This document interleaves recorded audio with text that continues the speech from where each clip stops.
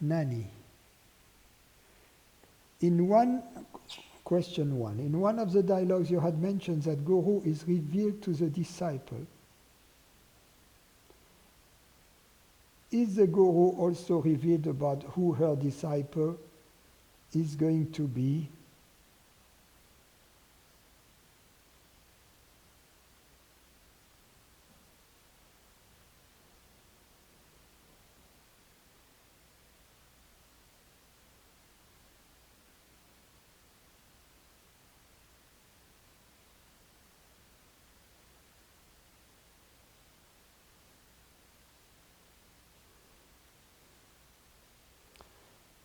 For the Guru, there are no disciples.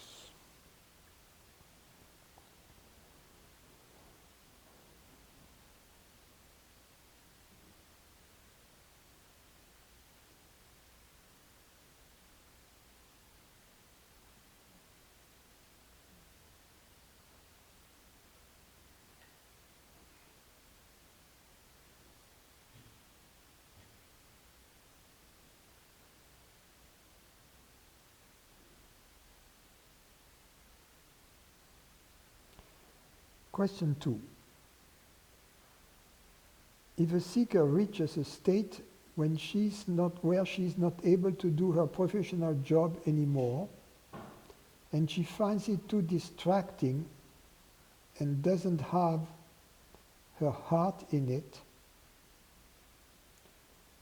what should be the approach of a true seeker at that stage?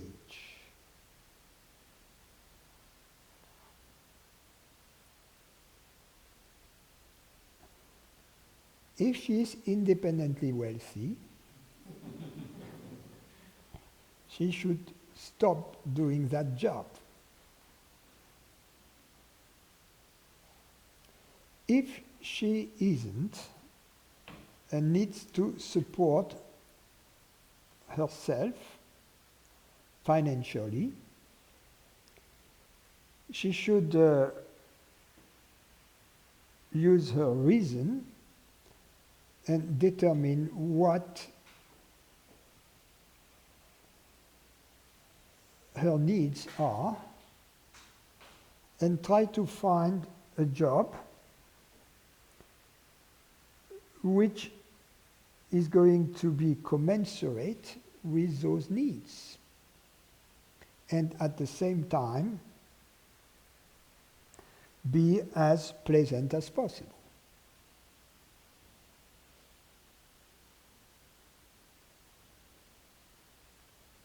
And then, having done so,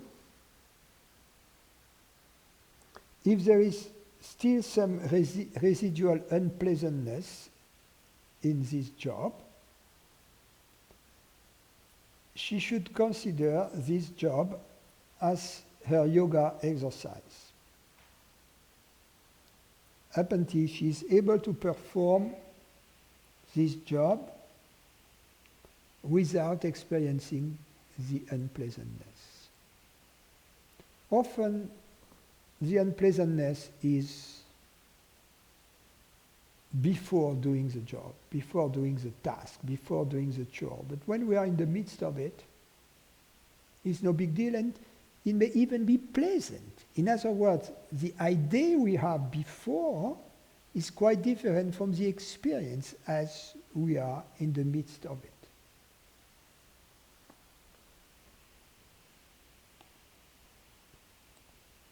Sarah.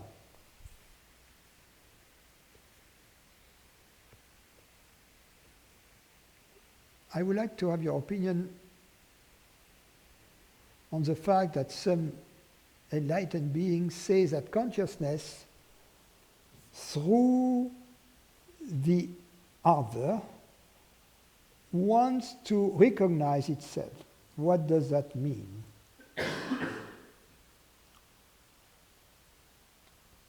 Sarah, you should ask them.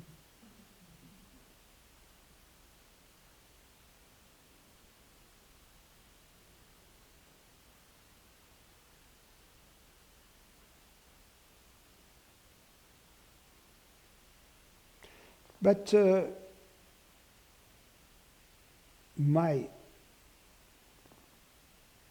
if you ask me,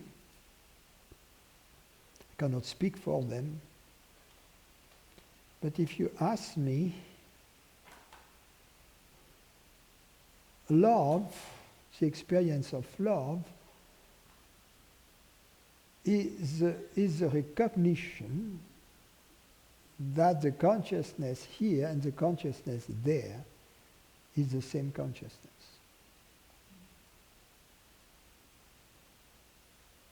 That's the pure experience of love.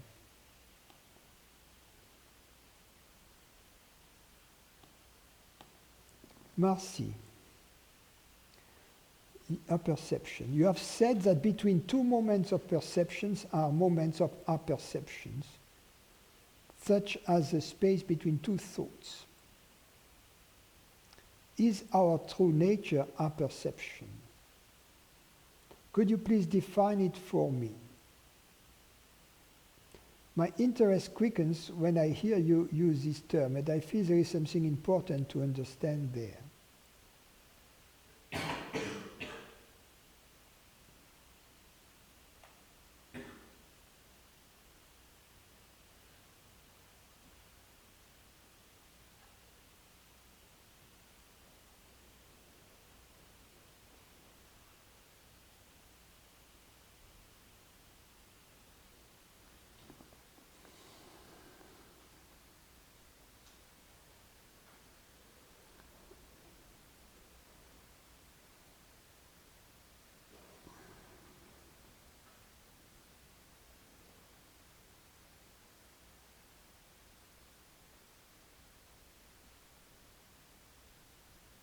What reveals, you ask, is our true nature our perception?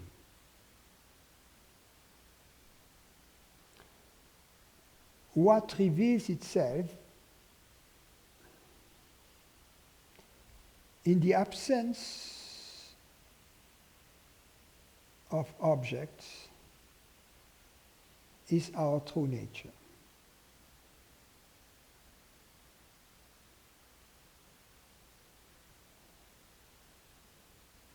But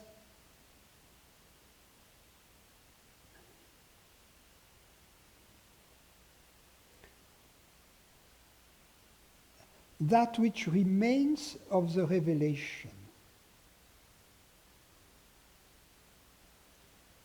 depends on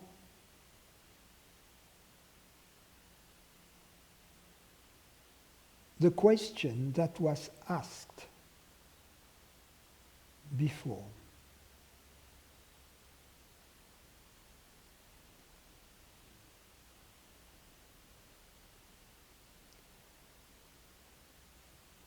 Although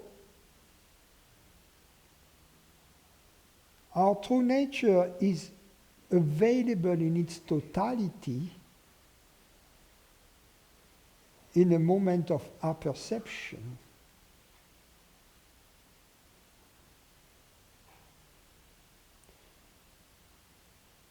we will pick and choose,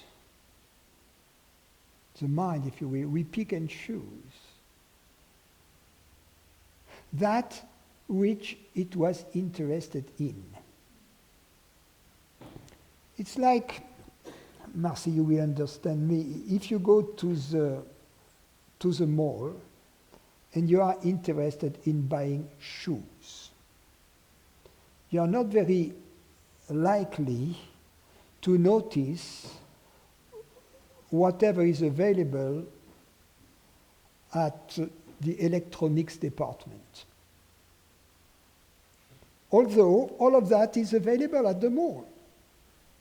Computers, cell phones, whatever. But you are really interested in shoes. So, although everything is available for you, what you will remember of your trip to the mall is the shoes you have seen. It's the same thing here. For instance, if you have a practical problem you want to resolve, you investigate the possible solution. And at some point you go there to the mall where all the solutions, to the mall of your consciousness, where all the solutions to all the problems are, and you come back with your pair of shoes. The solution to your specific problem. I had a problem with my tenant. I didn't know how to solve it. I didn't know how to tell him this or that. Now I know. I have my solution. It depends what you are looking for. Ignorant people and truth lovers go to the same store, but come back from it with different objects. If you go there asking questions about consciousness, that's a different story. It's like going to the mall and ask questions about the mall itself, not about the objects that are available there. But who owns the mall, for instance? That's a different story. You don't go to the stores. You have to go to the manager's office. It's different. And when you go to the mall of your consciousness, you discover that you are the owner.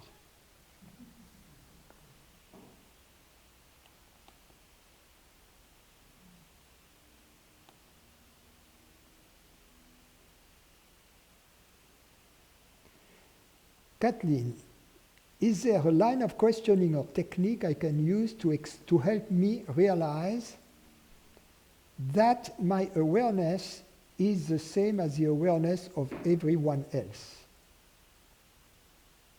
Yes.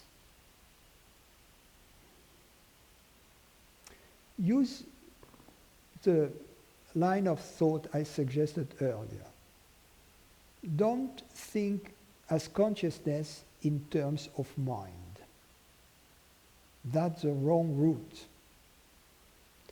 Think of consciousness in terms of reality.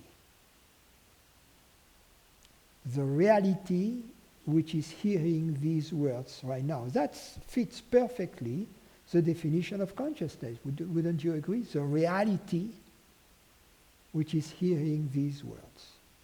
Because there is an element of reality to perception, to the experience of perceiving.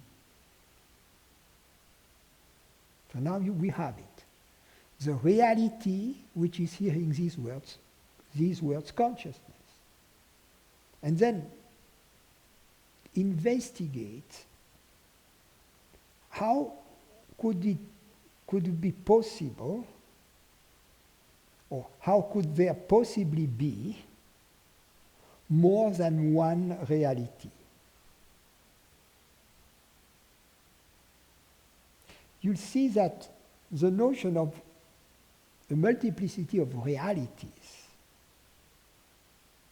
is kind of an insult to our intelligence. So you will, by investigating this, I just give you hints so that you have to resolve each of these problems for yourself. It's like homework in mathematics. I give you several exercises to do. But when you put them together, you will have resolved Fermat's theorem. So the second thing is, in terms of reality, convince yourself that there is only one reality. Then, if consciousness is that one reality, it follows that it is the same in all beings.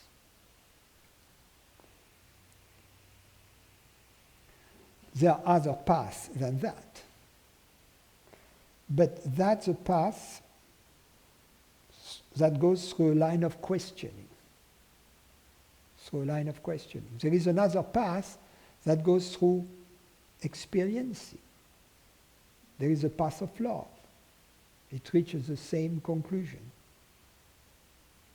As I said earlier, love is the experience that you and I are one same consciousness, one single consciousness. So through love, you reach this same conviction. Just conduct experiments in love.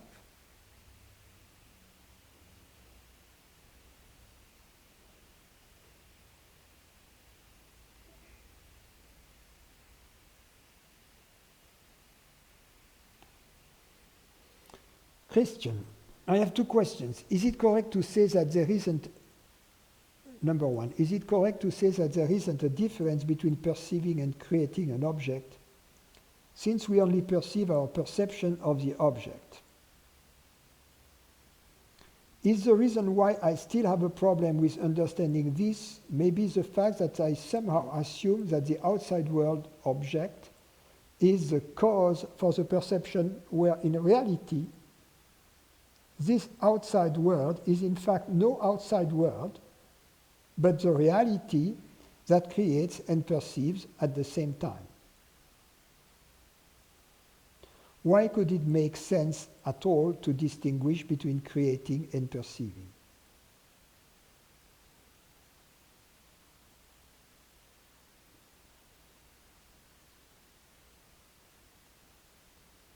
Let's assume for a moment that this outside world object is the cause for the perception. We have not really answered the question, because then the question that remains is, what is the cause for the external world? What is it that creates the external world? Whatever this external world is or may be, whether there is or there isn't such an external world, assuming there is one. What is it that creates it? What is its cause? What is its underlying reality? Now, if there is only one reality, the underlying reality that creates the external world and the underlying reality of consciousness is the same. But consciousness, being the reality that perceives, is its own underlying reality. That's where the buck stops. There is nothing deeper than consciousness in terms of reality. That's something you may ponder, but if we define consciousness as a reality that perceives, consciousness is its own reality. So then if there is only one reality, consciousness, being this reality, is also the reality that lies under the so-called external world. So, assuming that the external world gets created, it gets created at every moment. It gets annihilated and recreated at every moment, this external world. It is a constant succession of creation and annihilation. That's why it is ever changing. It is not static. Its impermanence is the result of its being created at every moment. So even if there is an external world out there, this external world is not the cause of our perceiving it. Our perception of it, perceiving, and its creation are in fact co-created by the same reality, by their common underlying reality. The mistake you made in your assumption was to consider the external world as being kind of fixed, being a fixed reality, and the mind creation being very fluctuating, evanescent from moment to moment. But both the so-called external world and the mind world are in fact created and annihilated from moment to moment, and in synchronism, synchronized, naturally. But their common cause, their common reality that they share is consciousness.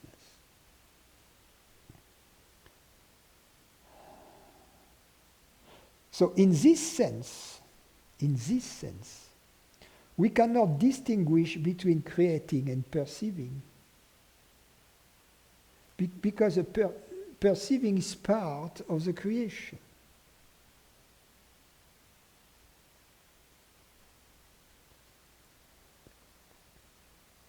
Perceiving by one mind is part of the global creation of perceiving by all minds, and whatever it is, the world out there that gets perceived.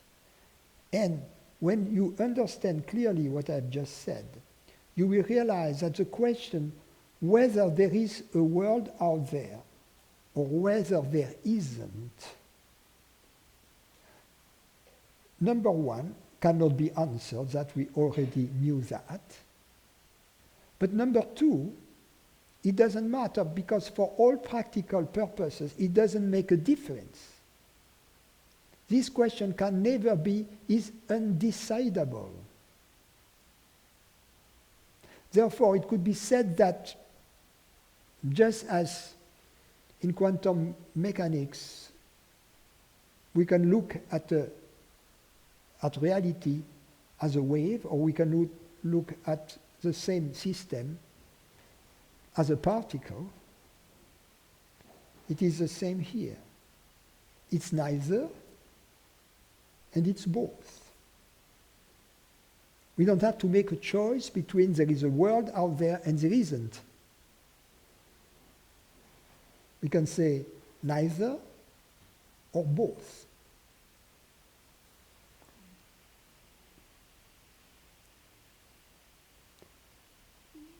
Two, can you please explain what exactly is happening when the body is put under anesthesia? I'm not a doctor. Is it that the body temporarily loses its sentience? Is it that consciousness pauses its perceiving via the body-mind? I feel that pause is not the right term, because the consciousness is beyond time, and time only appears in consciousness.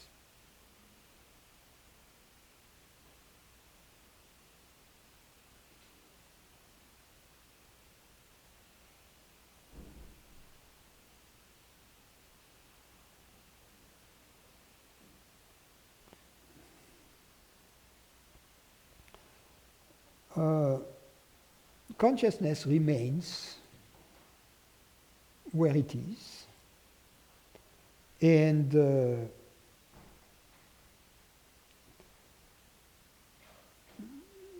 doctor asks you, well, now you are going to fall asleep, and please count 1, 2, 3, and perhaps you remember 4. In the next moment, you wake up and you are told, oh, everything went perfect. And then, a few hours later, you are in very deep pain.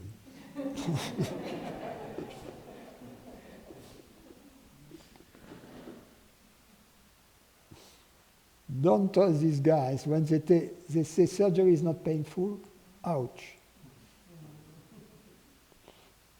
You know, in France we say that dentists are liars. You don't have that? We have the expression, to lie like a tooth puller in France. To lie like a tooth puller. But it's not only dentists that don't tell you the truth like that.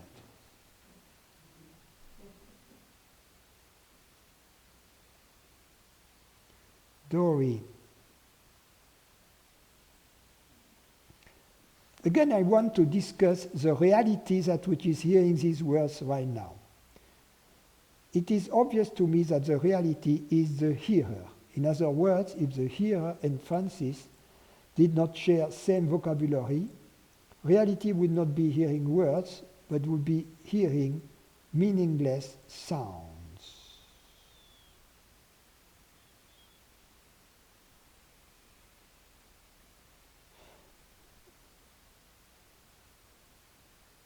When a dog barks, the reality hears barking, meaningless sound, but if the reality took a pattern of a dog, maybe there would be communication.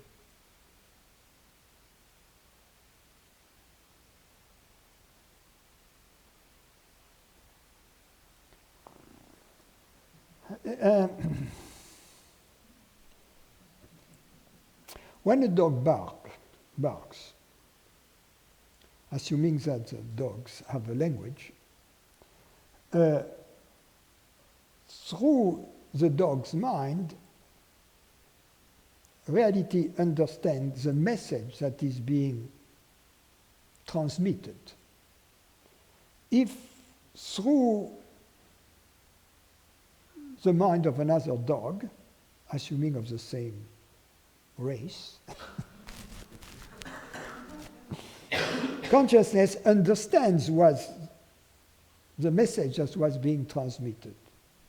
But through the consciousness, through the mind of the human being who is the owner of, the master of dog number one, consciousness just perceives sounds and no meaning. The fact, and let's assume there is another dog there who is from a different race and doesn't speak the language of the dog number one, dog number three will also hear barking sound that would sound familiar. Say, okay, that's a dog. But I'm not quite getting what he's driving at. So we have consciousness now witnessing the same set of events through three dog minds and one human being mind. I don't see how the differences between whatever is perceived through these four minds implies that it is not the same consciousness that perceives these four types of perceptions. If that's the argument you are trying to make. Now, he has the following question. Can there be seeing without a seer? There can be seeing without a limited seer, if that's what you are driving at. Now, if you call seer the reality that sees, then there cannot be real seeing without a real seer. In other words, there cannot be real seeing without a reality that does the seeing. So it depends what you mean by seer, but not a limited seer. They cannot be seeing without a seeing reality. In other words, they cannot be seeing. Let's put it this way. They cannot be real seeing without a seeing reality. And we could call this seeing reality the seer. Can there be feeling without a feeler? Same thing. There cannot be feelings without a feeling reality, which we could call a feeler. But because there is only one reality, this feeling reality, this feeler, cannot be limited. It has to be universal.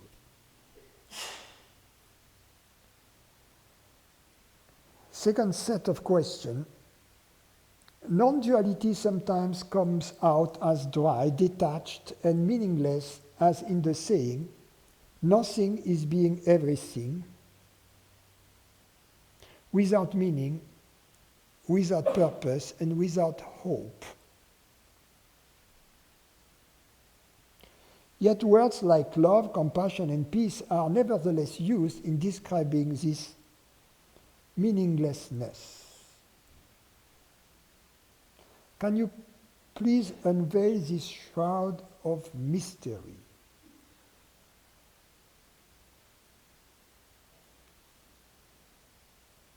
That's I try to do all the time.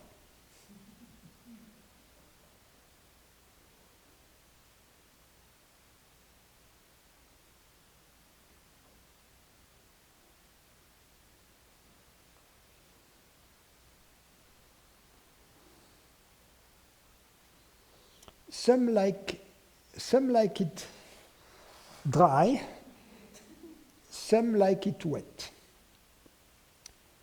It would be useful for those who like it wet to try it dry, and for those who like it dry to try it wet. In other words, those who find non-duality dry, they are missing the mark. And so those who find love too wet are also missing the mark.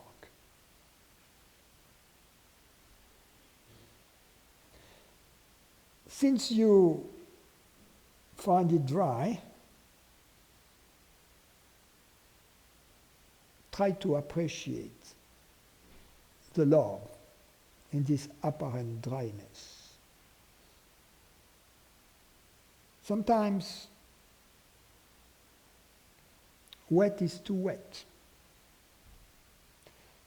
When love becomes personal, it becomes too wet. It becomes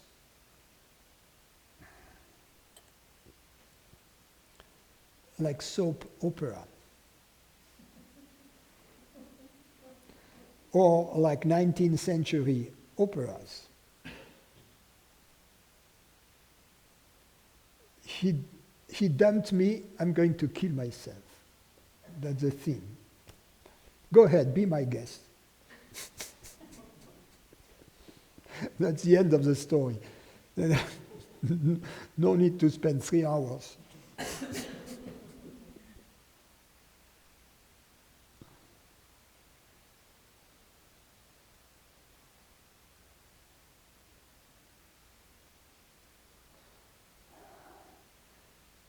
Those who find non-duality dry are the ones who don't really want to understand it. It's like what I say often. People don't like when I say that, I tell them you are not a man, you are not a woman. The fact that they don't like that shows a problem in them. Attachment to being a man or a woman. They don't like the dryness of it. They say, oh, you're dry. You know, who cares whether the truth is yellow, blue, dry, wet, hot, cold, if it is true? All this dryness, color, etc. of the truth have nothing to do with the essential aspect of truth, which is to be true. If you find it dry, too bad for you. I'm sorry for you, really. It's just like for someone who finds love, true love, too wet. Too bad.